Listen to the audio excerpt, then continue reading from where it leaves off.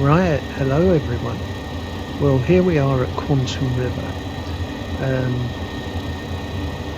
About a week or so ago, I saw a video from Mimile from the French heli simmer group, and let's just take off.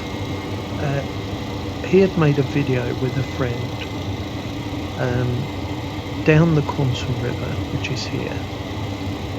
And it was one of these dual flights where they chased each other in a couple of AS350s, I think. Not an easy helicopter to fly. And it'd been a long while since I'd done this trek, and so I decided to get the old trusty MD 500 out.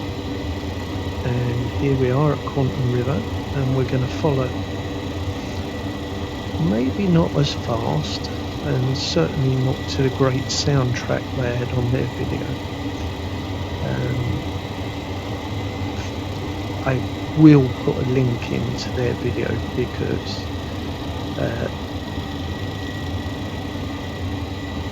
it is just, to me, outstanding. The flying and the mix with the music and that as well was great, but they really did one hell of a ride.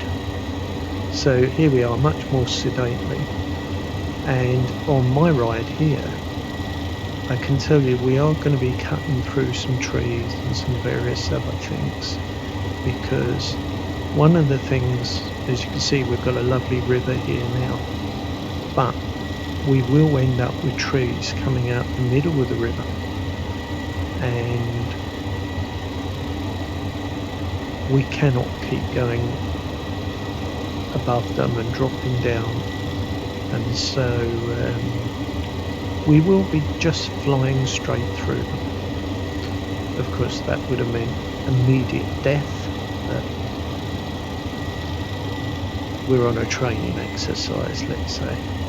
So here we are, we're just coming up on the campsite, and if you do stop here at the campsite and have a look at, well, like the detail in the fire, the bottles have names on them, and the detail of the tents really is just outstanding. So here we are, flying through the trees I was telling you about, and then we're going to drop down.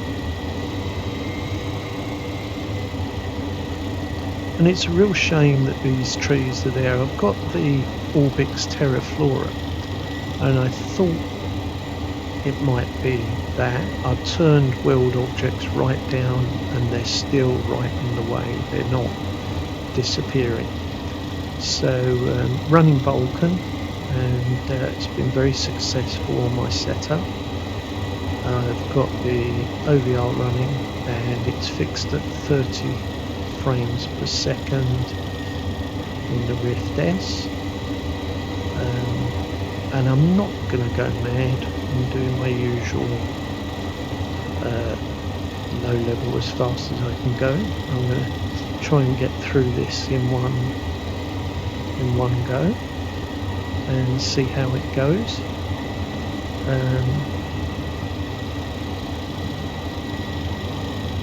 It's a very, very good way of learning foot control, collective control, and you don't have to be super low. You can be at 50 feet and do it, but it just gets your arms and your feet moving. The only downside as well on this, occasionally you come to nice parts here and then you'll get to another part where the mesh is just absolutely triangulated for the water level, and they look more like mountains than water. It's a shame, that's all. But for the money and this particular scenery, with all those other wonderful bits up in the mountains and everything else, Prop Strike, top-notch job. And I can remember really struggling with it before the improvements to X-Plane, certainly in 3D. Not sure where we're going now. So let's take that one. And having to, you know, cut the number of objects down just to get it to run smoothly. And at the moment, I was doing some mounting landings a few weeks ago. I think I put a video out on that one, and it just works. You know, it is getting better and better. So here we are, we're still sort of plodding along, not too fast, not too low, using our feet to try and keep the tower in line, trying to preempt what's coming up, what would have killed us, like that, like that, and then you get a nice more open bit. If anyone knows, I mean, I've got a couple of stretches of water where I know it's very good flying, but if anyone's got any recommendations of good patches of water to fly down, you know, do put them in some comments or something. I tend to go down where they actually teach the low-level flying, which is I always get the name wrong. I think Shoresbury, and it's on the River Severn, and it's a fantastic place to fly when you get it right, but nearly impossible to remember. You know, I've done it probably 20 times, and it still seems to be fresh every time I go back there, so more practice needed, obviously. So on the way back, we're not going to go down too low, we'll keep it tree height on the way back. It's fantastic mountain scenery.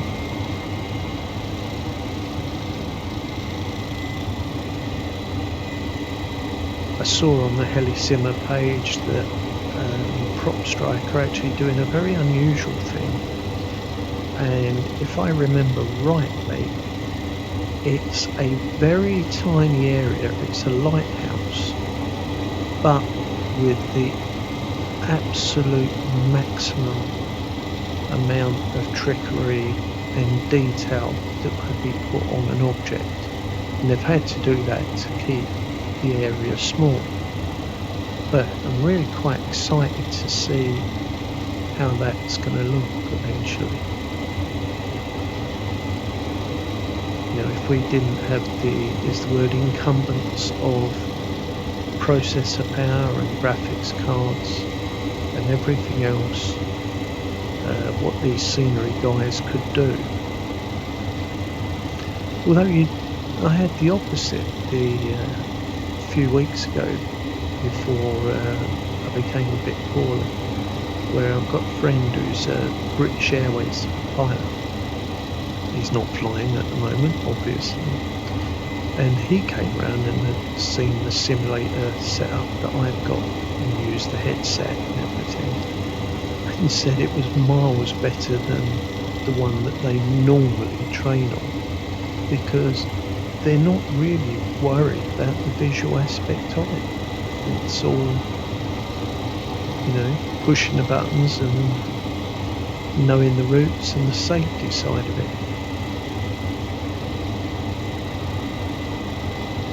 So we head down towards the lake down there. We'll take a shortcut, go straight across. Brilliant mountain views. And if you go out the end here, on the left, there's another campsite and small boats. On the right, there's some decking and logging facility.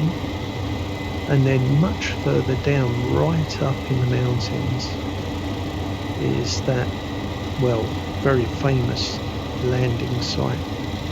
And it looks more like a shopping basket stuck on the side of a hill. that you can have a go at landing on. And I can remember when this first came out, I only had the Bell 407, and I just spent ages landing on that particular thing from different angles and everything, and different approaches, and not always successful.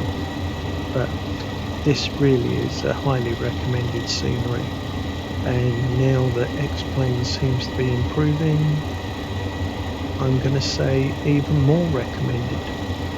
We can push the limits a bit more.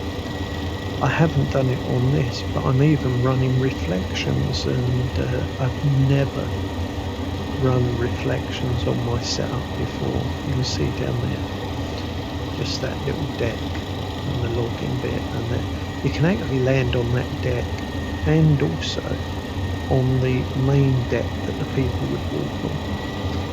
Further down there's another campsite and a boat and some various other things. Right, just got to see if we can actually land now, a bit high. Coming in here. Hopefully my head tremor hasn't been too bad. Well, I might get away with that. I'm not going to cut it out because that was stupid what I did. I was much too high coming in and just lost all my forward speed and thought the engine would cope, and it wouldn't. I'd have been a dead end, as they say. And that's why I'm not a real pilot.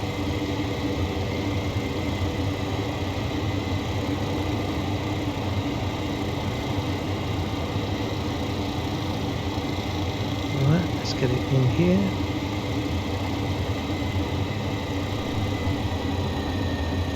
And there you can see the animated logger and all that detail on those boxes. Just fantastic.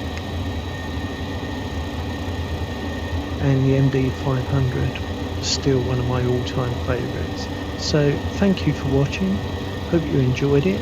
Press the subscribe button if you can, and I'll see you all next week.